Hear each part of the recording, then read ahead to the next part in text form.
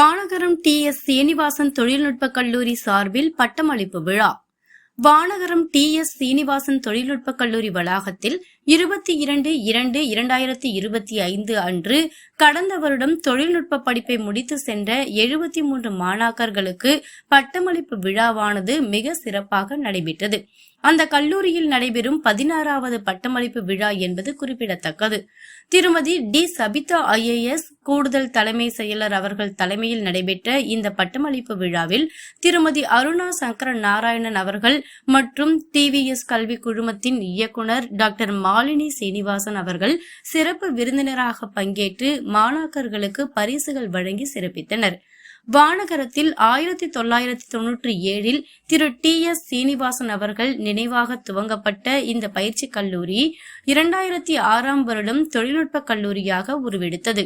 தமிழக அரசின் தொழில்நுட்ப கல்வி இயக்குநரகம் மற்றும் AICTE நியூடெல்லியின் அங்கீகாரம் பெற்றது. T.S. சீனிவாசன் தொழில்நுட்ப கல்லூரியான இந்த நிறுவனம் TVS கல்வியியல் சமூகத்தின் ஒரு அங்கமாகும். Sundaram Clayton, Lucas TVS Motors, wheels India, TVS electronics மற்றும் சுந்தரம் பாஸ்டர்ஸ் ஆகிய தொழில் நிறுவனங்கள் இந்த தொழில்நுட்ப கல்லூரியின் ஆதரவு நிறுவனங்கள் ஆகும்.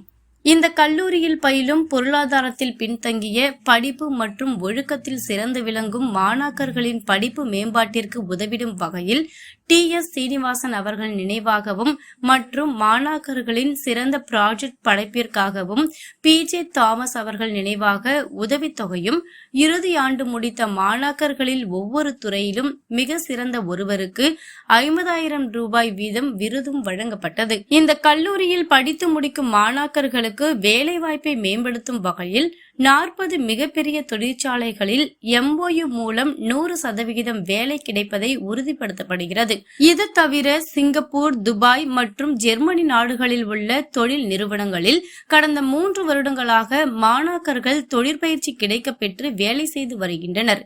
இந்த வருடம் குறிப்பாக தொழில் தொடங்குவதை மாணாக்கர்களிடையே ஊக்குவிக்கும் வகையில் உலக அளவில் ஆன்லைனில் பயிற்சிகளில் கலந்து கொண்டு பல போட்டிகளில் உலகத்தரம் வாய்ந்த நிறுவனங்களிடமிருந்து பல பரிசுகளை பெற்றுள்ளனர்.